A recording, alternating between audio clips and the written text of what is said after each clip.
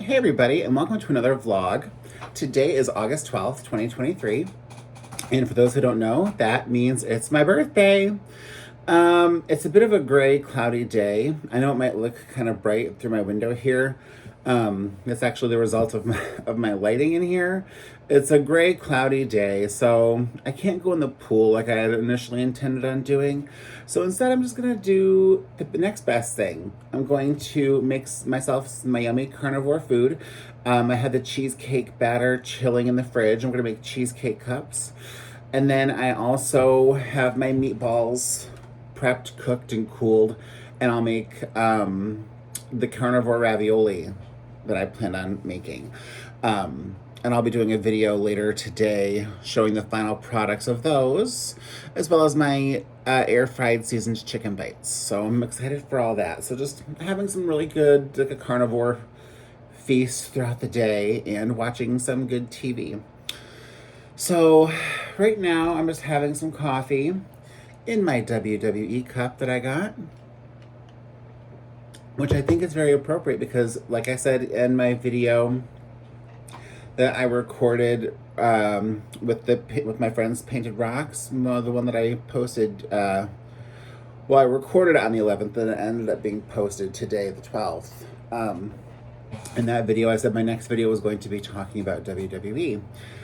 And I was actually initially going to record that last night after I was done watching Friday Night SmackDown, but due to the Detroit Lions game, SmackDown was delayed by a lot. Normally it's from 8 p.m. to 10 p.m. and last night it didn't start for me until about 10:30 p.m. I was a little bummed out about that. It's one more reason why I don't like football. Anyway, so I just wanted to talk about what's been going on with WWE the last week. Last Saturday was their SummerSlam pay-per-view. I was actually there live at Ford Field in Detroit. I was in the 12th row on the floor in Section A. I got some really great pictures for you WWE fans who watched SummerSlam. I also got really great video footage of the post-match handshake between Cody Rhodes and Brock Lesnar. I was really happy with how that video turned out. The day before that, I was actually participating in their first ever community service event, and I got to meet Cody Rhodes and a few other wrestlers, Zoe Stark, Big E, Chad Gable, Otis. I met a handful of superstars. They were all really nice, but I got to interact with Cody the most because we in this community service event, we were packing meal boxes for people experiencing food insecurity in Detroit, and Cody and I actually packed a couple of boxes together. It was really cool, and he was just a super nice, down-to-earth guy. Anyway, so I was at SummerSlam. It was an incredible show. I had so much fun, and I'm not gonna lie, like a lot of it didn't pan out the way I thought it was going to.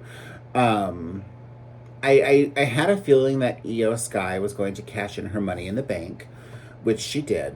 But I thought it was going to be on Charlotte Flair, not on Bianca Belair. So they threw me for a loop there.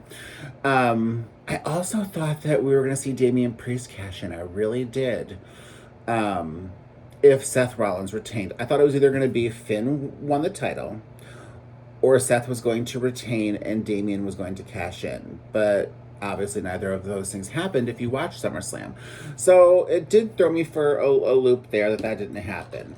I did see Jimmy Uso returning and costing Jay the match. I knew that was going to happen. I just had a feeling. And that's what happened. It was a great show. The crowd was hot for it. We all just had such a great time.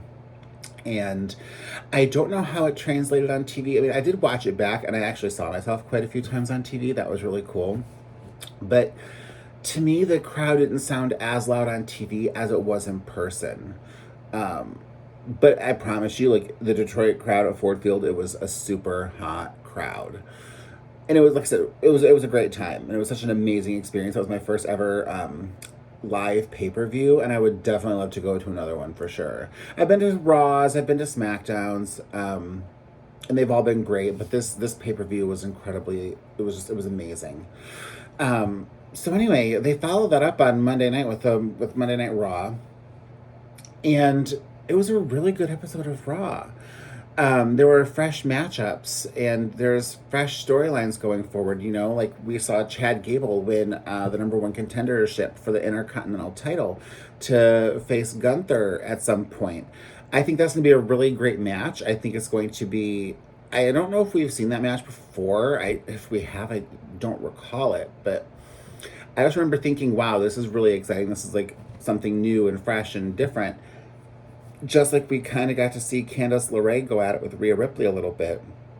Candice LeRae, since she's been brought back to the WWE, hasn't really gotten to do much. Um, so to see that interaction with Rhea Ripley was really cool, and I would love to see maybe something with them after Rhea is done with her program with Raquel Rodriguez, which I'm also looking forward to. It was just the overall vibe of Raw. Seeing Shayna Basler get a win over Zoe Stark, just there was a lot of really great things going on, and a lot of people were featured, like JD McDonough. He was featured with the Judgment Day, kind of planting some seeds there. People that we haven't seen in a while were actually being featured. Indy Hartwell was also with Candice LeRae.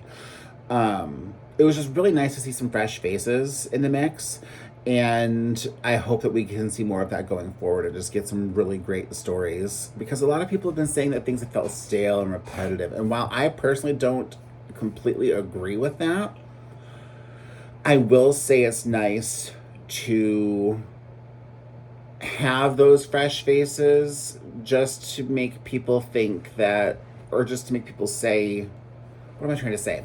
So people will stop saying that it's repetitive, because like the way I look at it is they were building up to certain matches for SummerSlam. So of course they're going to be featuring those stories every week. So to me it wasn't like a repetitive kind of thing in a bad way. Now that that pay-per-view is over, they can have different things going on because now they're building towards a different event. Like, does that make sense? Like, to me it wasn't a negative. It was building towards one event, and now they're building towards another one. Looking forward to Trish Stratus and Becky Lynch this upcoming Monday on Raw. Really bummed out it wasn't at SummerSlam. But, you know, it's like Zoe Stark said, everything happens for a reason. And, you know, maybe they wouldn't have been given a lot of time on SummerSlam. And with this match now being on Raw, they'll actually get the chance to showcase and put a good match on for us. So I'm definitely looking forward to that. SmackDown, when I got to watch it last night, was really good. Congratulations to Rey Mysterio winning the United States Championship. I did not see that coming.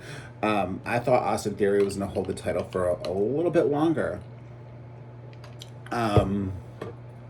Always great to see Edge. Edge came out and he's going to be having a match next week with Sheamus, which should be a great one. It's the first time they're ever facing each other, so that's going to be awesome. Another quick win for LA Knight. He got a win over Top Dollar from not the Hurt Business. Oh my gosh, from Hit Row. But the Hurt Business, I don't think they're called the Hurt Business, but this whole pairing up of the Street Profits with Bobby Lashley, I think is brilliant. It's such a great change of character for the Street Profits. Something that I think was really kind of needed, and this new look works for them, and I think that they have really great chemistry with Bobby Lashley, and I'm really looking forward to seeing where this trio goes. I think it's going to be a lot of fun. And then, of course, the end with the Bloodline. The Bloodline is one of the best things going in WWE right now, if not the best thing. And so to see all that going down and to hear Jimmy Uso's explanation of why he cost Jade the match, I did not see that explanation coming. Like, I thought it was going to be a full-blown heel turn. But he did it out of a place of love and concern, which I thought was a really nice twist to what could have been a really just a predictable route to take. So I thought that was really, really neat that they didn't go the super predictable route and actually gave it like a more complicated layer to it. I thought it was really cool. But then to see that Jay didn't accept that, and then he laid out Roman, he laid out Solo Sikoa, and then he ended up laying out Jimmy too, and then saying he quits the Bloodline, he's quitting WWE, like, it was one heck of an ending. So they're just those men are doing such a great job. They're running on peak performance levels. They are just doing the damn thing and telling one heck of a good story. And they have me hooked. They have lots of people hooked, and I definitely can't wait to see what happens next week on SmackDown to see the follow-up on that.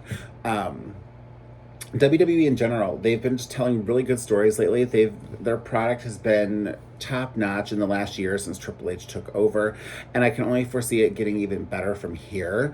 Their ticket sales are reflecting that. People are really invested in enjoying the product again, and it's just an exciting time to be a WWE fan, and I'm so thankful that I have this, this escape for a few hours every week with the WWE programming. It's always been such a big part of my life since I was like 10 years old. And I just love it. It's one of the greatest things in the world. And I know people are like, oh, it's scripted, it's fake. It's such a complex topic. I don't have the time to really get into that today because this video is running a little bit long and I don't want to keep you guys, but I just wanted to share my thoughts. Like I said, on the last week. Like I said, SummerSlam was an amazing show, followed up by a very strong Raw and SmackDown on Monday and Friday, respectively.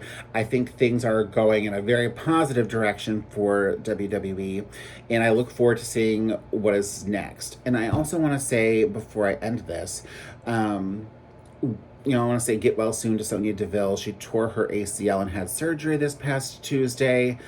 She and Chelsea Green are the women's tag team champions. As of right now, they have not had to relinquish the titles, and Chelsea is actively looking for a replacement partner for the time being, which I think is a really great storyline gimmick that she's running there. And I hope that she's able to find someone to run those titles with her for a while. But again, best wishes to Sonya, and I hope you have a speedy recovery, and we'll hopefully see you back before we know it. Anyway, to sum it up, I would give this entire week for WWE a 9 out of 10. It's been very, very exciting stuff. Lots of, like I said, fresh changes happening, and lots of good stuff I think is on the horizon. So I'm really, really looking forward to Raw and SmackDown this upcoming week, and we'll discuss that again next week, and I'll share my thoughts with you then.